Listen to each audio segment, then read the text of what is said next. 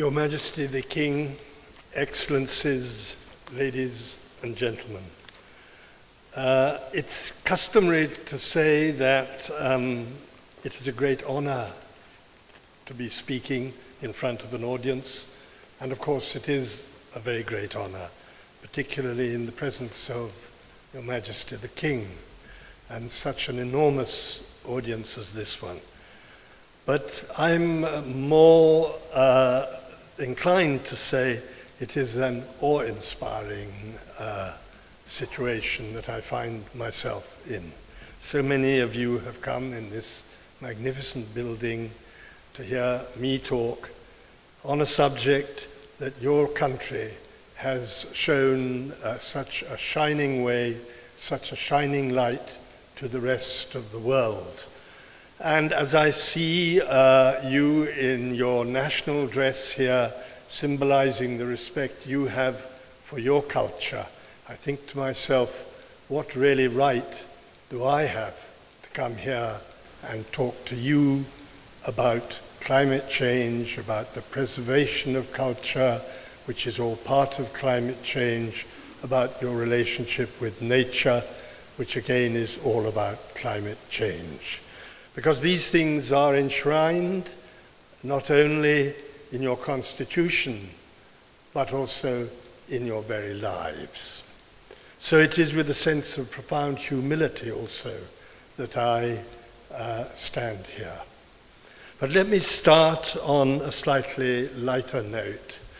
I first came to Funcholing on my way to the coronation of your king's father. And it was a very, very different Bhutan I came to then, in the sense that there was no telephone system, hardly. Journalists had no way of communicating with the outer world except by telegrams. There was no television, and generally those were days which would really be unthinkable now when you have all these mass communications, rapid communications, and all the rest of it. And there was a rather entertaining beginning to our coverage because we were in a holiday mood, really, because we knew that this was going to be a lovely, colourful story, a happy story. We weren't, for once, going out in the face of disasters or other horrific or unpleasant things which had happened. We weren't going out to write stories about corrupt politicians and election corruption and all that sort of thing. We were coming to celebrate a coronation. And it was such a colourful occasion that when I sent the film which we'd shot back, they edited it into a piece which was twice as long as the normal stories going into the news bulletins, simply because it was so full of colour. When we arrived in Thimphu from Funcholing, we were quite tired. It was early evening, and we knew that there was no way of sending our dispatches out except going to the telegraph office. And we were all together in a gang, all the journalists. And you know, journalists love being in gangs, and they forget all their rivalries when they're in gangs, and especially when there's a bar in sight. So we had a pact that we would all go into the bar, and we wouldn't file any story about our arrival until the next day. But then, without our noticing it, one guy slipped out. And half an hour later, he came back, and he said, "I've scooped all of you. I've filed my story."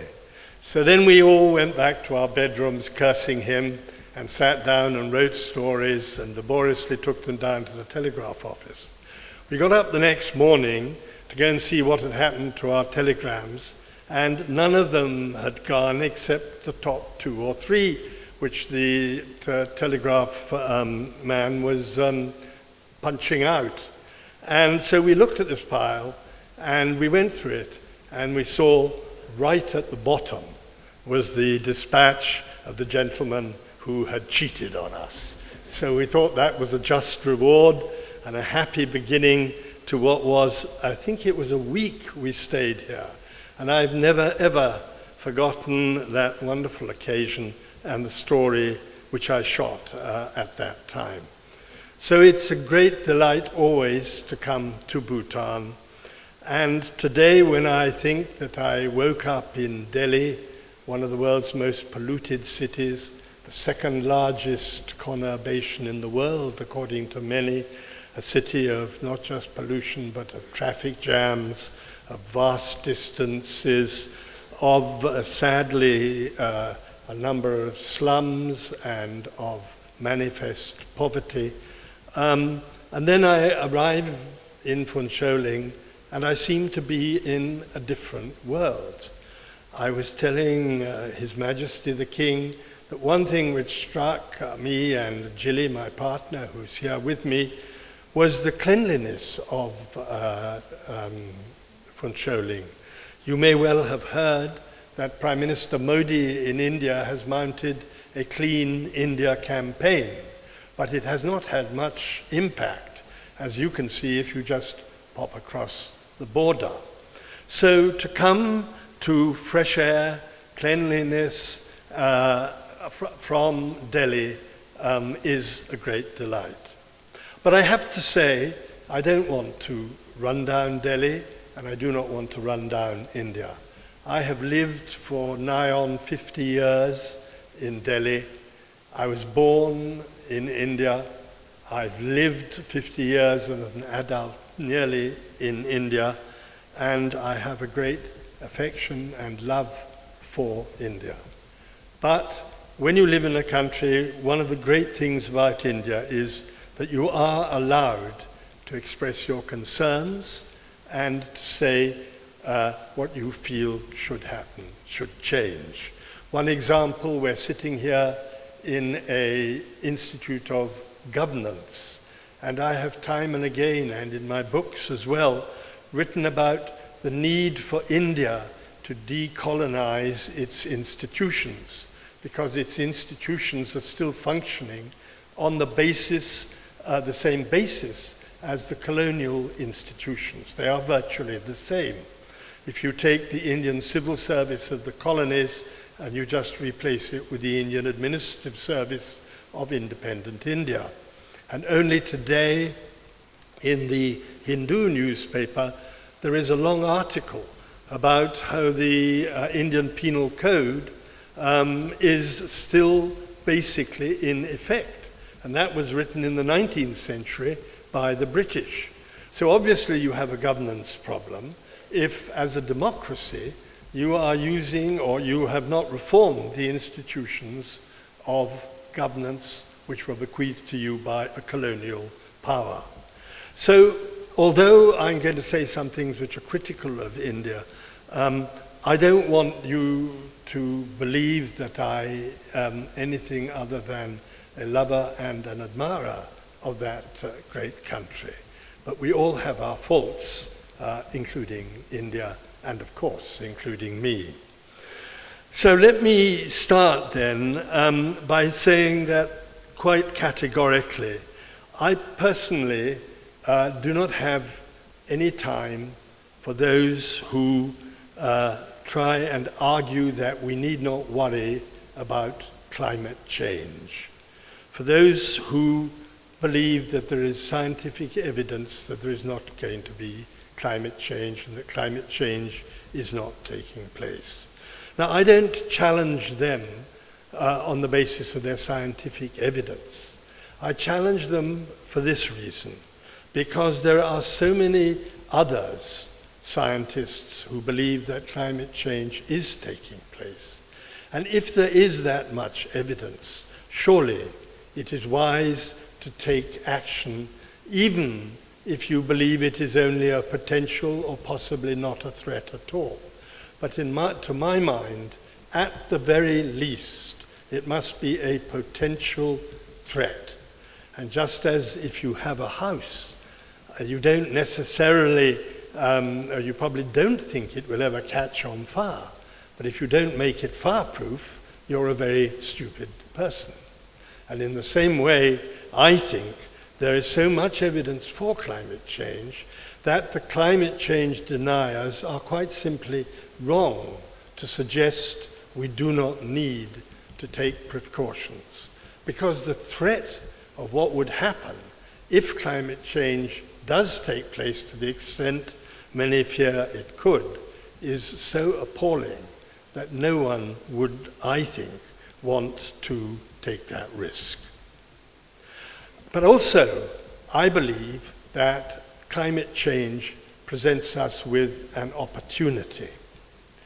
Dr. Manmohan Singh, who was finance minister at the time that India reformed its economy in 1991 and ended what I have always called the Neta Babu Raj, the rule of leaders, politicians, and bureaucrats, which had tied the whole economy up in red tape.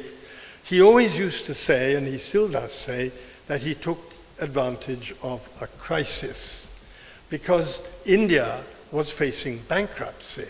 It had had the humiliation of having to sell gold.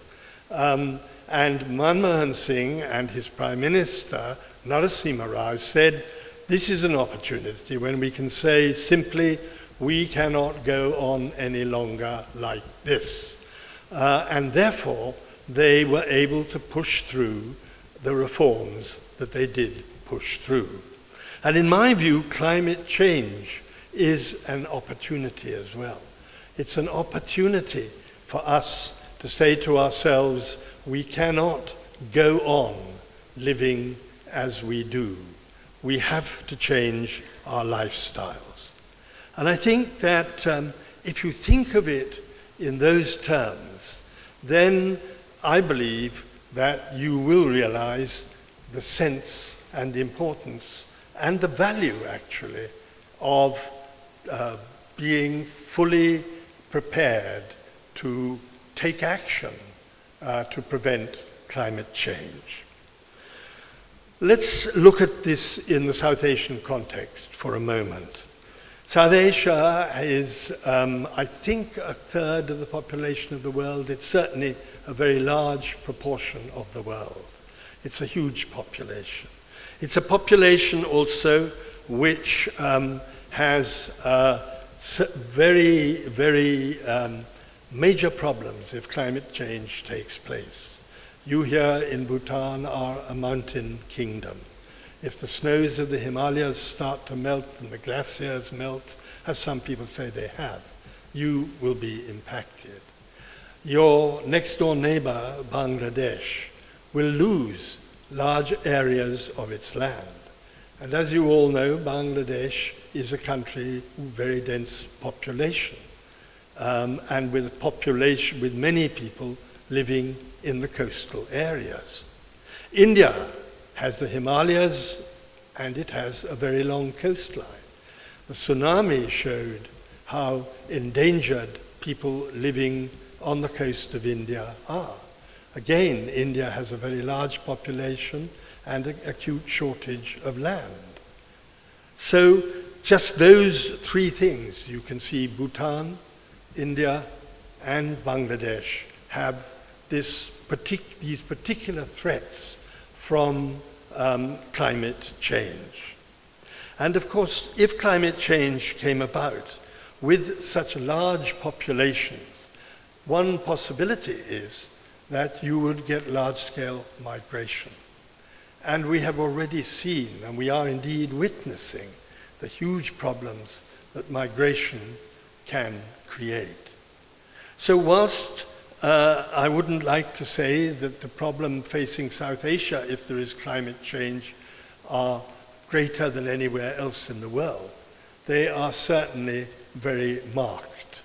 And climate change in one country, the effect of climate change in one country, is bound to have a ripple effect on the other countries of South Asia, who will anyhow be experiencing climate change at that time. So I think that we, in South Asia, we really do have to take climate change very seriously indeed.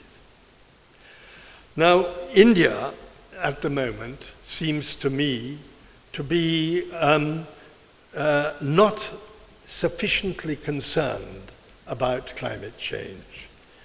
In India, we have a concept which I'm sure you've all heard of called Jugaad.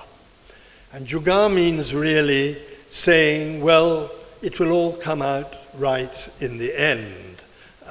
Don't get too excited about anything. Don't worry about it. It'll come out right in the end.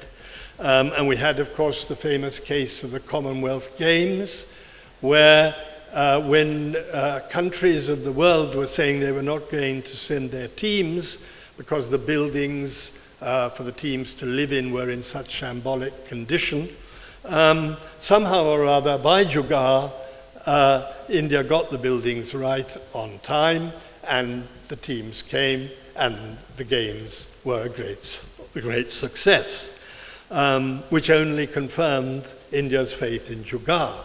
And at this very moment, you are seeing Jugaad in India in the context of the cultural and spiritual festival being mounted in the bed of the Jamna by the Guru Sri Sri Ravi Shankar, with right up to the last moment huge controversies over whether it should take place, allegations that the temporary installations which are put in place are not safe, and all the rest of it.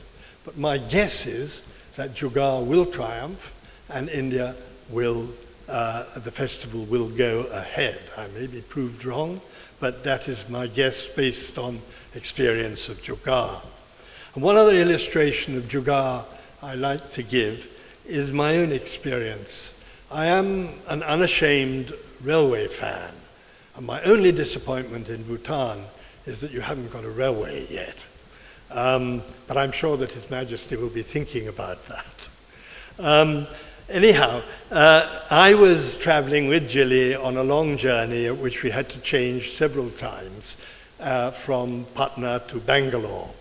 And when we got to Mughal Sarai Junction, which, as you all know, is a key junction in India, there was no sign of the train we were meant to change to.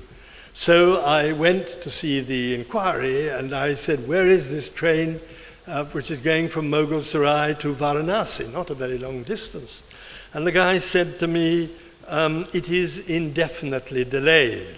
So I said, so you mean it's lost? And he said, well, if you like to say it's lost, it's lost. And so I got really angry, and stupidly angry and red in the face, and started saying it's a disgrace and you couldn't care less about it, and why do you not care about it? Why do Indian Railways not care about it, and all the rest of it? And he looked at me scornfully and he said, you foreigners, you just don't understand India, do you? We have Jugaad here. And I said, what the hell are you talking about, if you'll excuse the language? And he said, your train is lost. There is another train, we've found it, and you can go on that one. So why do I talk about Jugaad? Because India's approach to climate change does really remind me of Jugaad. Because they're going on having more and more cars on the road, consumerism getting more and more powerful and more influential, in many ways undermining their culture, and going on as though they can catch up with the West's, if I could classify it as the West's, what to me is undesirable way of living.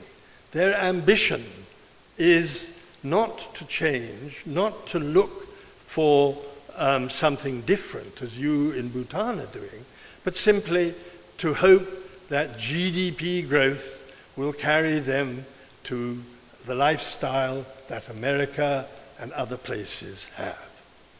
Which, of course, would be totally unsustainable if that were to happen. Because if you just look at cars, if every Indian, or if the average car ownership in India was the same as America, roughly 1/3 of India's agricultural land would be taken up, and this is a figure an economist friend of mine has written in a book, would be taken up by finding space for those cars. That's just one example. So India is, in a way, in a Jugaad mood as far as climate change goes. Now, why is it particularly important to talk about climate change at the moment? Well, one reason, I believe, is because of the Paris conference, which was held in December, and which was hailed by many as a great success. And indeed, in a way, it was a success.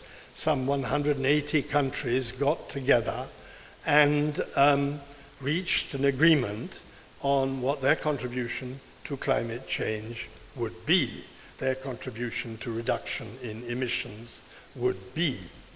But as another economist friend of mine said, the problem is that the bar was set far too low. And it's generally admitted that even the agreement reached in Paris will not keep the temperature rise below 2 degrees. And even then, of course, an agreement has been reached, but there is no certainty or guarantee that everyone will attain or stick to their agreement. So it wasn't a success in your term of figures, if you might put it like that. Furthermore, it wasn't a success because no money was put on the table to assist those smaller and poorer countries, and some of the bigger ones, who needed to buy the technology, etc., to reduce their emissions. And it wasn't a success for another reason, which I think is perhaps the most important reason of all. It was not a success because climate change, because lifestyle change was not on the agenda at all. And in fact, in my view, the Paris conference may actually turn out, if we're not careful, to be a step backwards. Because it could well be that people will simply say, well, Paris, a lot of people said, a success, therefore what do we have to worry? We've agreed on what we're going to do about climate change, and therefore we leave it at that. So it could be, in a way, a blind, lead us down a blind alley, and therefore I think, instead of being what some people have described it as a historic success, it was a historic missed opportunity.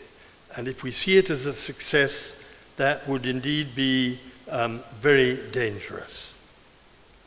Well, now what I want to go on from there to talk about is one of the great things, I think, which stands in the way of climate change is the belief that there is no alternative to the market economics that we practice today, and to the economics which are based on measurements of GDP. Every day, virtually, in the Indian papers, you read concern about is it going to be 7%, is it going to get into double figures, etc. Well, as I'll explain to you in a minute why I think that is wrong. But one of the ways which stands in the way, as I say, of climate change is belief that we can't change our lifestyle because this is the only way you can live, basically. And with that goes the impression that if we change our lifestyle, we will in some ways impoverish ourselves. But as you all know, living in a sense an alternative lifestyle to many, many other countries, you do not impoverish yourself actually.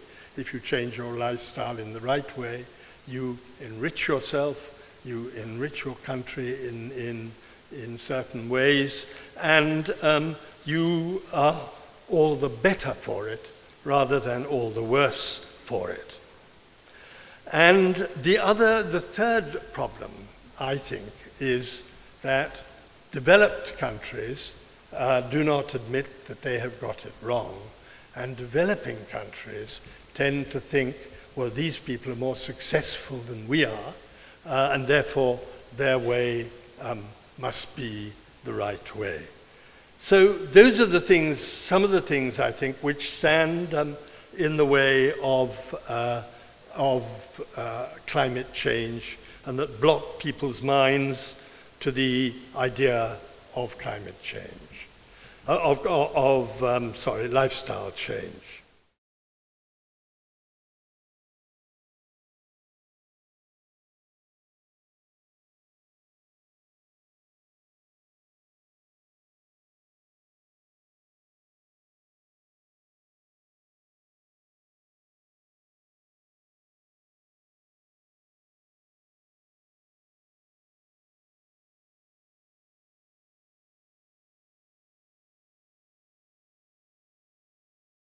So those are the things, some of the things, I think, which stand in the way of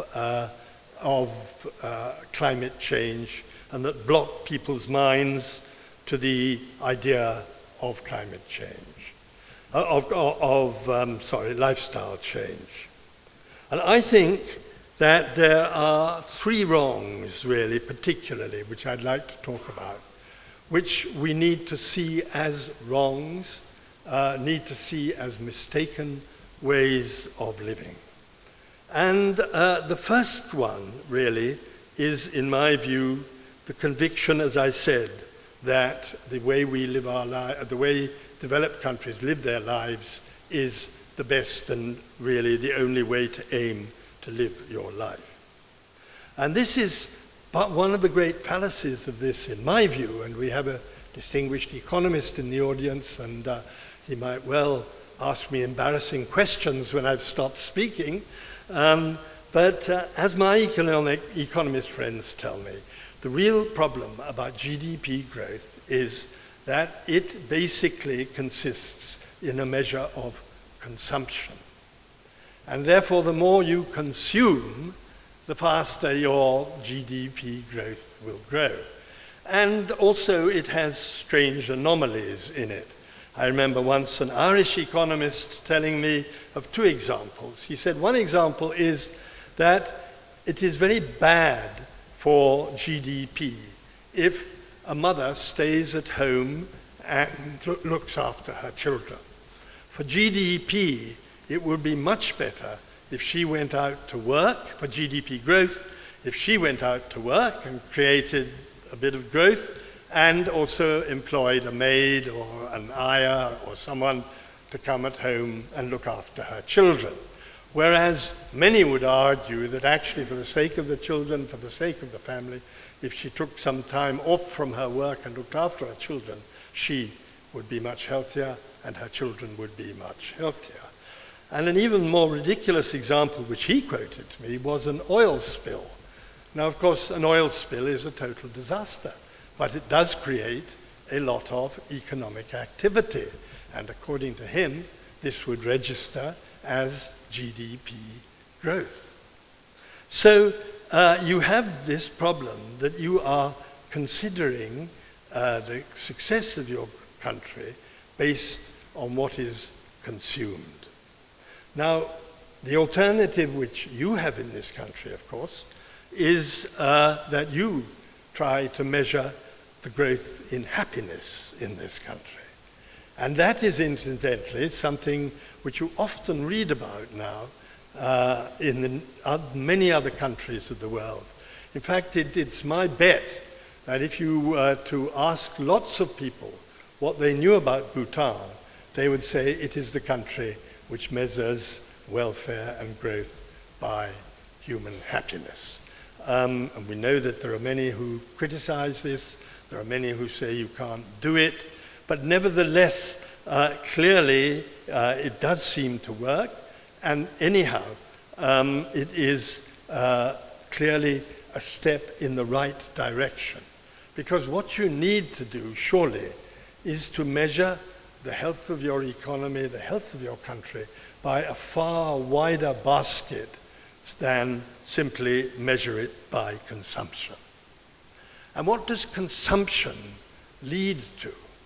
It leads to consumerism. And this again is at the root, really, of the Western style of living. Because if there's no consumerism, then there will be no GDP growth because people won't want to consume. And you keep on reading in the press, the economists saying there's no demand. Well, actually, if you think about it, if there's no demand, it might be a jolly good thing in some ways. Let's go back to Delhi. If there was less demand for people to buy motor cars, then everyone would be an awful lot happier. If there was less demand for people to buy unhealthy foods, if there was less demand for people to buy all sorts of things which are of no value or positively harmful, then it would be a jolly good thing.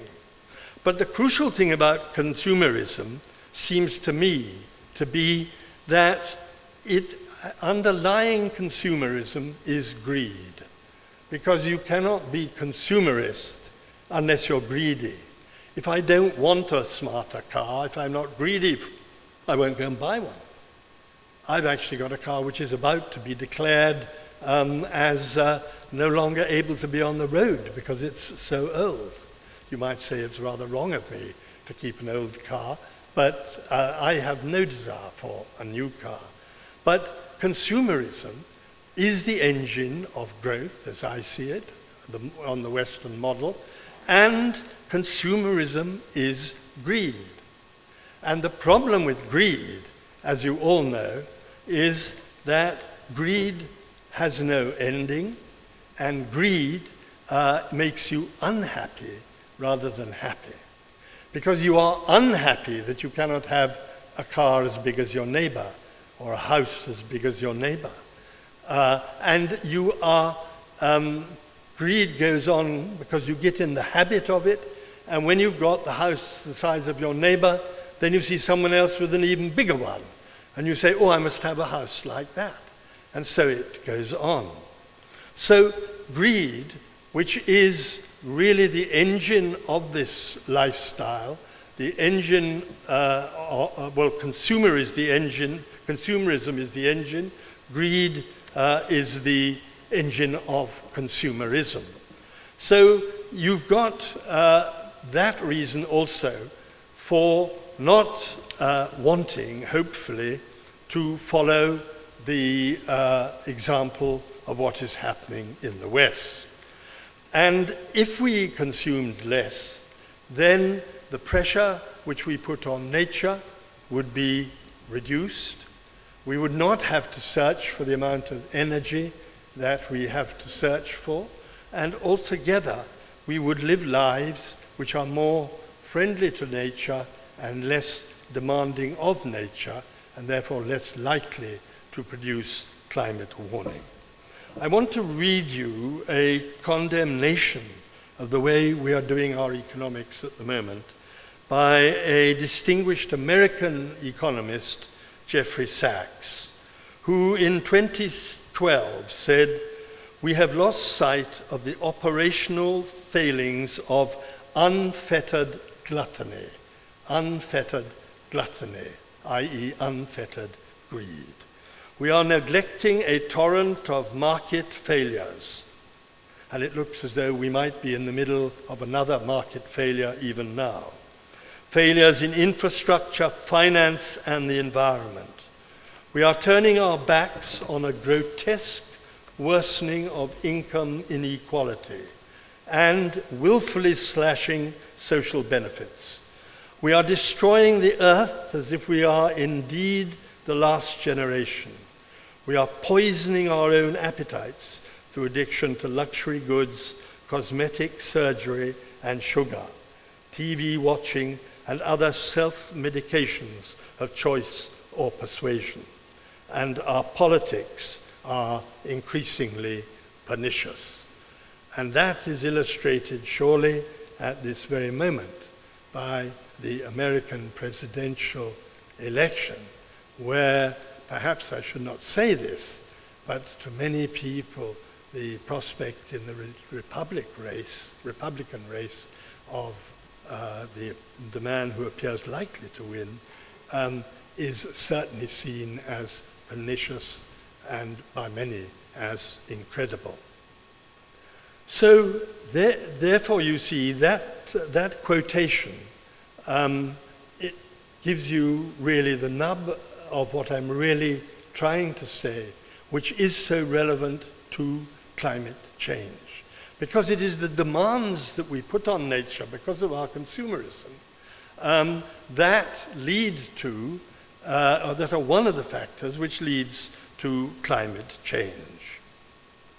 And we have got where we are, in fact, by treating nature as something to be extracted, to be used as material in our hands, almost as putty, that we are able to use as we want to.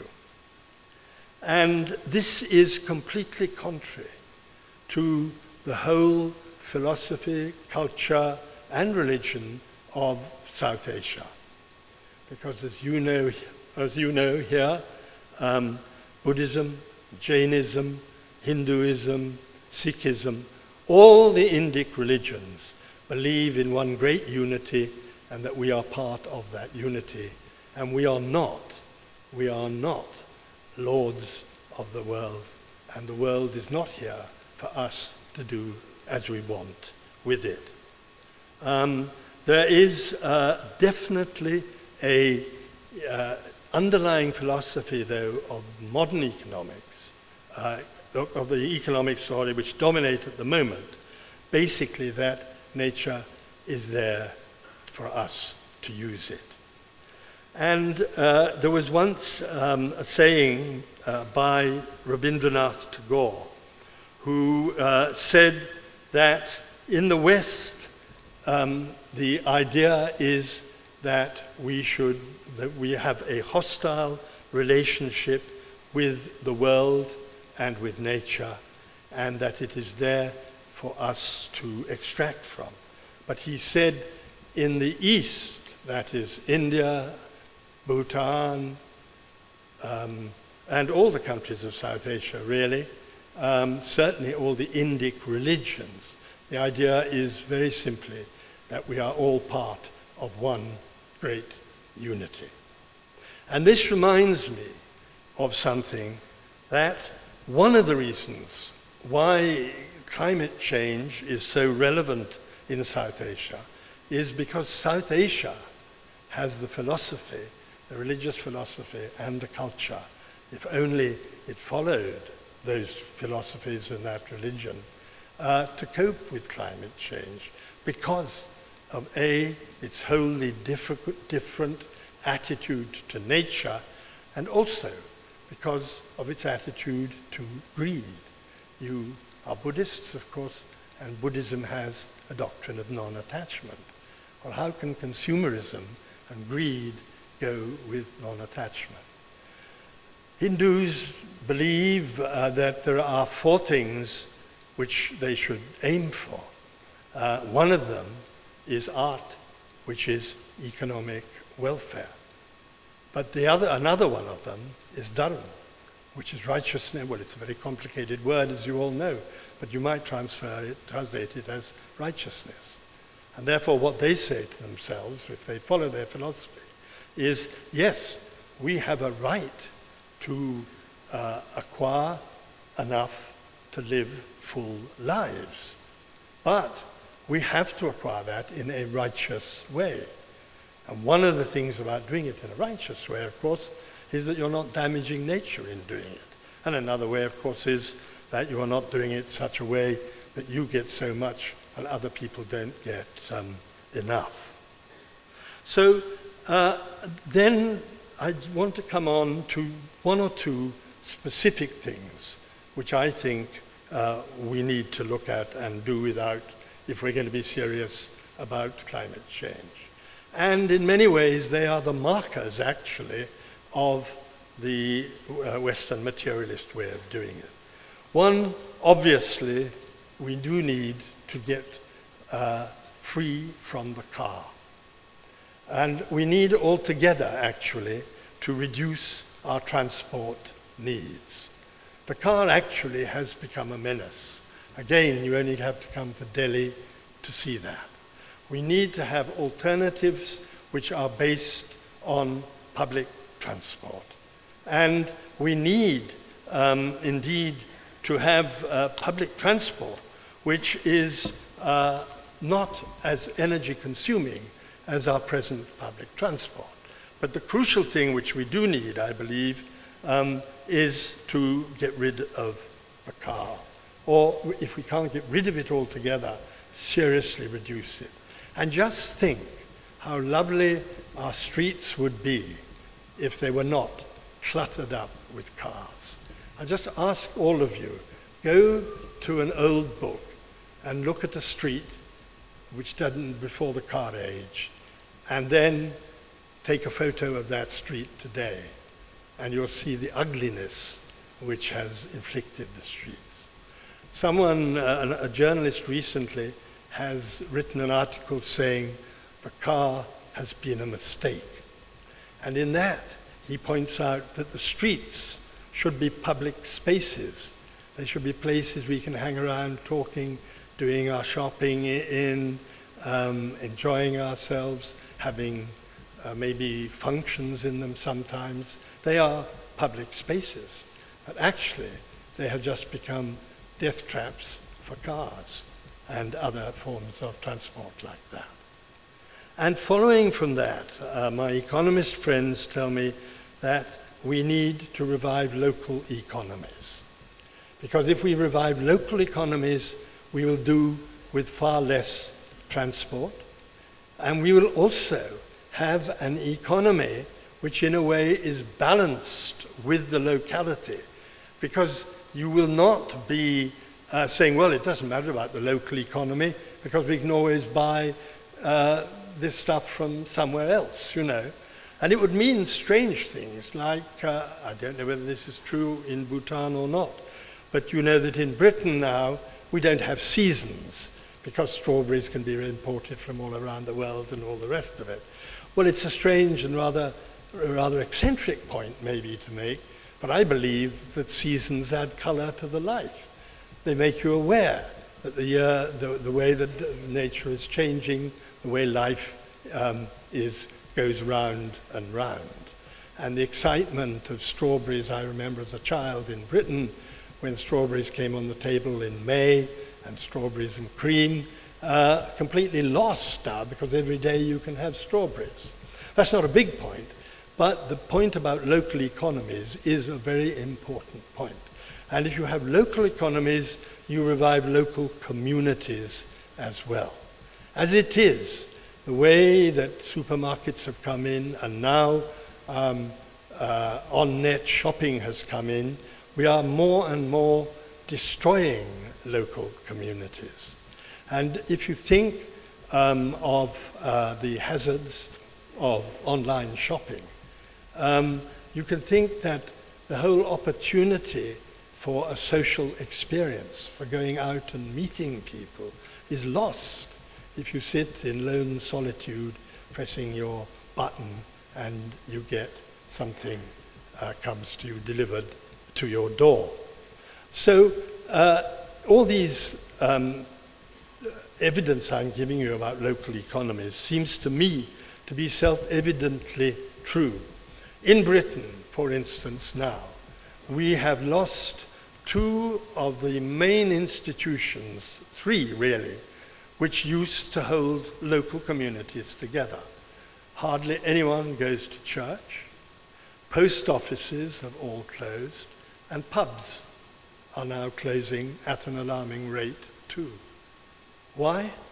Because of the car partly, because you can buy beer cheap in a supermarket and sit at home and drink it, which as a man who is self-confessed spent many hours in pubs in my days, I think is a great loss. But it's evidence of the destruction of the local community.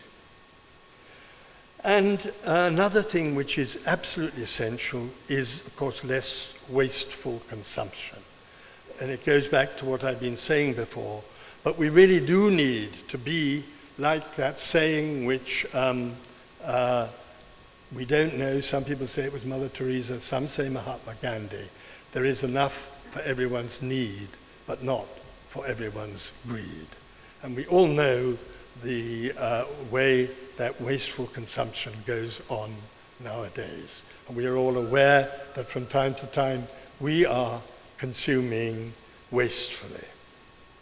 And all these, I want to go back again, all these are relevant to climate change as well. Because if we consumed less, if we take that as an example, we would again come back to saying we need to produce less, and therefore there would be more, less strain on nature and on the environment. And if we did without the car, well, we all know there would be less fumes in the air, there would be less pollution from the dust, etc., the car throws up, and we would be healthier people because we would do much more walking. But basically, climate change does come into it. Now, the problem, which I want to go back to now, is this. It is this problem that the West is seen as the successful and the right way of doing things. And you are, I suppose, almost unique in having the courage in going against that. If you listen to the arguments of the other countries, what they're really saying is, we're not going to agree to reductions in our emissions unless you do a lot of reductions in yours. And it's a sort of tit-for-tat type argument, with the basic argument being that we have a right to live the way you live, so don't tell us we can't live like that. You cut yours back, and then maybe we will follow. And as I said, I think you are almost unique in having rejected that argument and that way ahead. So the problem is this, that if we are to really take lifestyle change related to climate change seriously, the West, the big boys, have to be, the rich boys I should say, have to be the people who do it first. They have to be the ones who say, yes, we realize this is not the right lifestyle and we are going to change. Then all these arguments about why should we do it when you're there and we're still here, all that type of argument, all the subliminal feeling that really that is the right way to do it, that is what we should be aiming for, will diminish at least, if not disappear. So it's crucially important, really, that somehow or other it has got into the heads of the rich countries that they are the ones who have to lead the way in climate change. Now, you as Bhutanese, and I'd love someone to say this to me, you may feel that because you have stood against that style of living, therefore other developing countries will look at you and say, if Bhutan can do it, we can change our minds too. Well, this is questionable at the moment, I think, but maybe some of you will be able to convince me that this is actually what is happening. So really that, I think, is all that I really want to say. I've probably said much too much. I just want to end with two things. One is this, that there are in the West many, many people who feel in the same way as I do. It's not all darkness there. Not everyone is running around mad for consumerism and everything. And there are things which are coming about, like, for instance, in London, at last, they are building cycle lanes now. There are cities like Amsterdam where hundreds of people cycle. There is a big anti-car campaign now. There are campaigns against supermarkets, for instance. There is evidence that more and more people are beginning to question this lifestyle. So it's not all darkness. The other thing which I want to say is this, that I'm not calling for revolution. Revolutions are disastrous, almost inevitably. I'm calling for evolution. We have, if only we could say we have lived through the car era, we must now evolve to a new era. We have lived through the consumerism era, we must evolve into a new era. So I'm not talking about a revolution, and I think it's very important to realize that. And I think that those who campaign on these issues as though they could bring about a revolution are doing it the wrong way. Example is a great thing. And here again, one comes back to Bhutan setting an example. So I believe that there is a different way ahead.